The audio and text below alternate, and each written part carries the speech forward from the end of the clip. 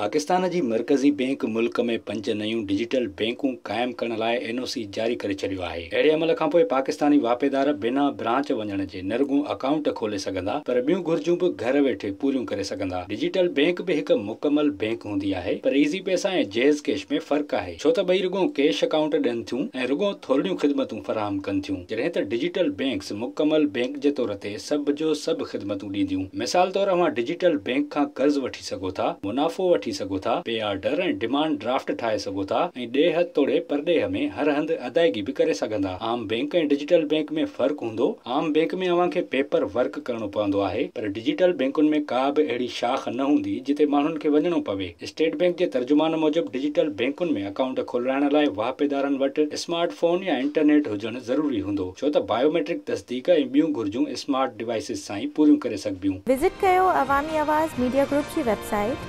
awamiawaz.pk